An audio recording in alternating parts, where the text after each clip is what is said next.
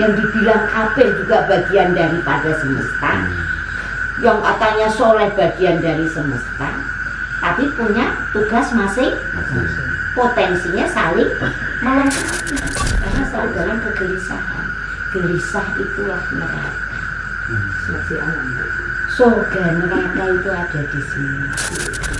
Maka sesuatu yang terjadi kepada kita, rasakan dulu, nikmati, terima, kemudian lepaskan. Kita akan diisi oleh energi yang baru lagi. Beliau ya memang zamannya wolak-waliin zaman. Ini sudah waktunya nanti semesta yang akan seleksi. Ya,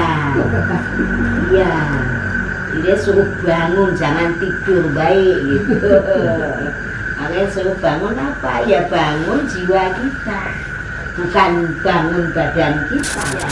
Bahwa nanti di akhir zaman kita harus percaya bahwa di kepemimpinan Imam Mahdi itu pohon, kayu, batu bicara dan kita mengerti.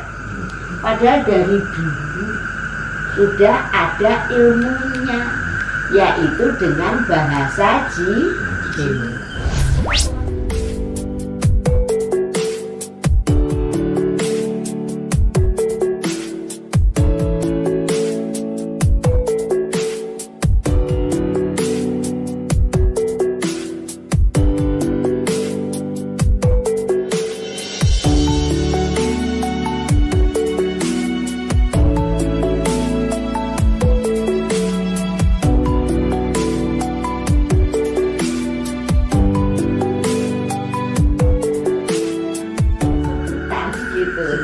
Iya, simbol saja gitu. Nah itu dalam bermeditasi itu pertama yang tangan kanan saya ini air.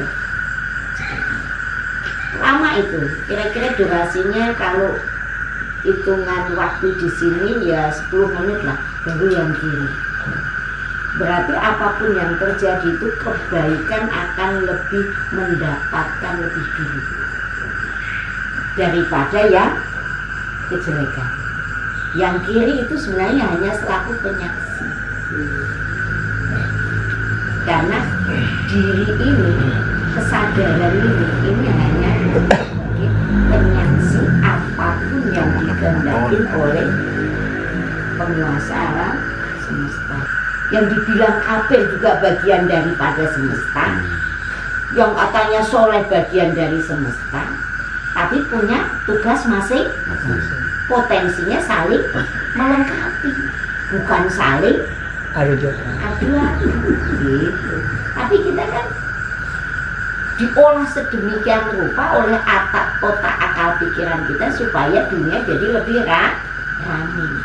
Tapi bagi yang terkecoh dengan otak akal pikirannya ini, dia akan tersingkir lambat laun, akan menderita karena selalu dalam kegelisahan. Gelisah itulah neraka.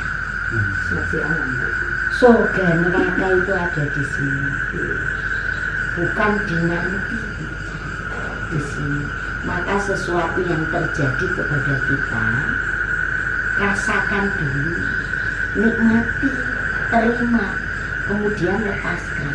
Kita akan diisi oleh energi yang baru lagi. Tapi kalau kita ada ditumpuk di sini ya penuh. Jadi terus akan bersirkulasi, energi berganti. Persoalan nggak ada keunitan itu nggak ada. Karena kita hanya menyaksikan, pelayan sudah dikasih yang ada di dalam diri kita. Kalau di Jawa ada kakang-kawan, di hari-hari gede pusat, itu pelayan. Kita tinggal menyaksikan actionnya mereka, kita mengamati aja. Kita komandokan perintah. Lewat mana? Lewat ini kita kasih proposal. Sugestikan sama otak ini yang dia punya kecerdasan ini. Nah itu dia akan udah ada proposalnya, tinggal nanti aja gimana kerja mereka, tinggal nyaksin aja. Kita ibaratnya kita Kalau orang Jawa ya ngalor ngidul ngetan ngulon ikutin aja. Tapi tidak ada yang tidak berkualitas. Semuanya ini perjalanan saya yang paling luar biasa, yang ajaib itu ketika di pantai Pangandaran. Dari semua pantai kan biasa-biasa aja, pantai Parangtritis, Parangkusumo, itu banyak sepanjang itu pantai. Makanya itu pengen tahu. Tapi semuanya itu ternyata semua pantai penguasanya sama. Mau pantai utara, pantai selatan itu sama. Tetap dikuasai makhluk alam maya. Kalau yang kita komunikasi itu namanya Dewi Lanjar. Mungkin kalau orang ini namanya itu Nyai Roro Kidul. Jadi Nyai Roro itu sama Ratu Kidul itu berbeda, nggak sama.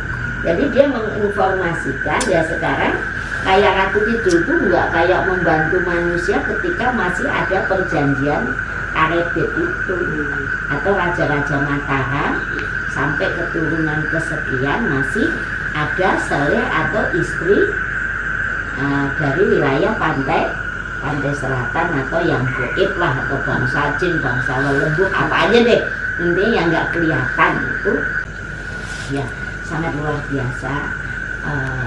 Beliau ya memang zamannya wolak-waliin zaman, ini sudah waktunya nanti semesta yang akan seleksi. Ya dia suruh bangun, jangan tidur baik gitu.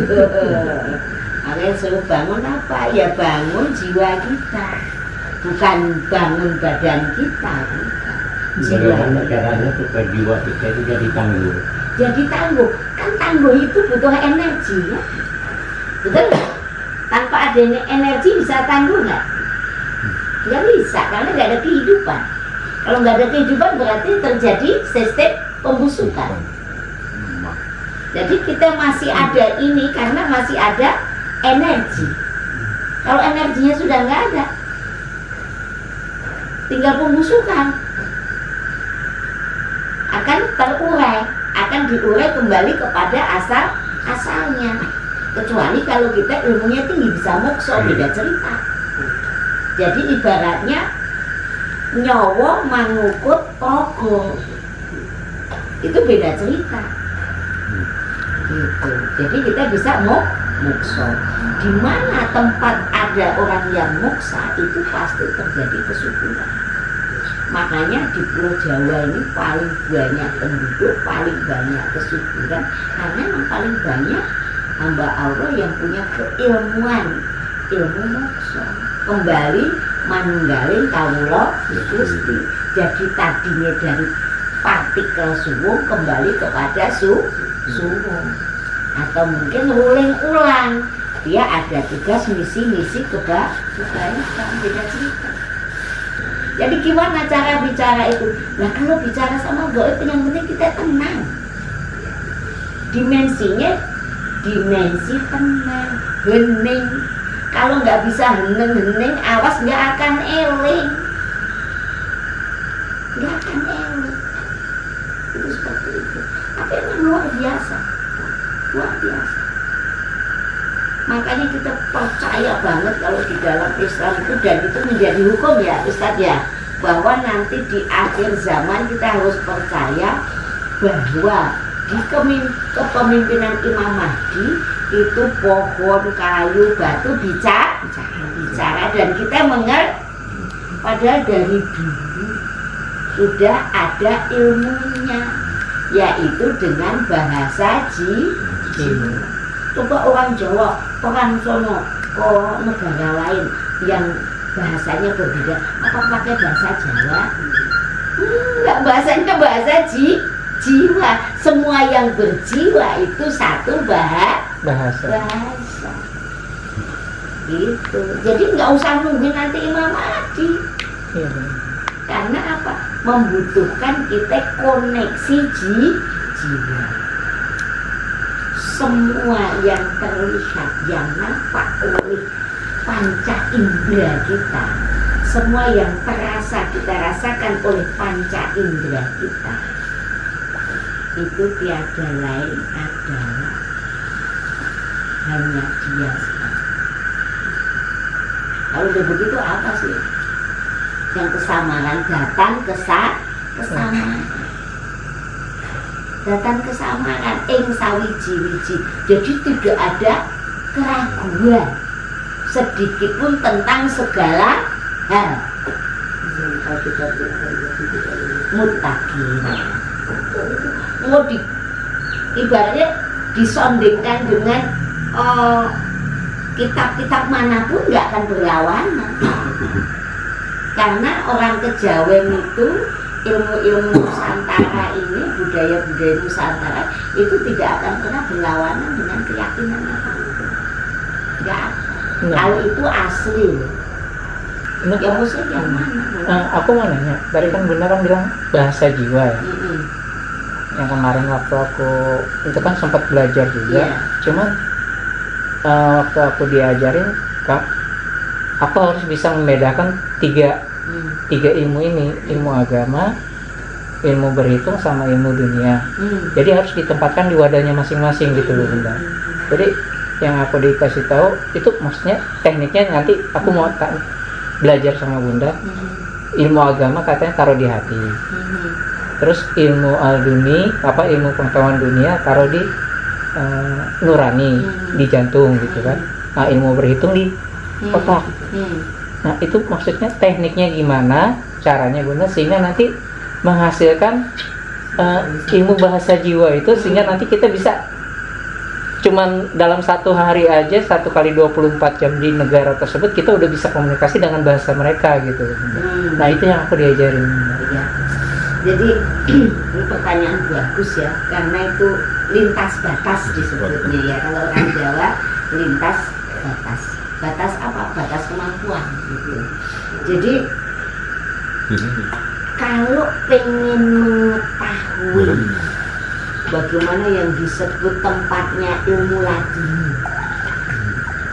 ilmu macam-macam lah, itu udah jelas kita harus masuk ke segitiga piramida. Yang dipakai nggak ada lain kecuali kita pakai casing. Casing kita tiadakan, tapi tetap dalam kondisi terjaga. Karena kekuatan cakra, dimensi kekuatan jasad kita sudah aktif mengamankan jasad, jadi ada ketenangan di dalam jasad kita karena nggak takut rusak dimakan apapun karena cakra sudah aktif. Keduanya, kita tidak akan mungkin bisa mengetahui tempat-tempatnya. Ini tempat segitiga ini, pokoknya ingetin ini aja. Ini dasar kita masuk ke dimensi lain itu harus menggunakan cara ini, metode ini. Jadi yang ini apa? Kita nggak mungkin bisa tanpa menggunakan energi. Dan energi yang spektakuler dari penciptaan awal manusia memahami tentang energi, yaitu hanya nafas. Kecepatannya lebih cepat daripada cahaya. Ini adalah sang kekuatan nafas.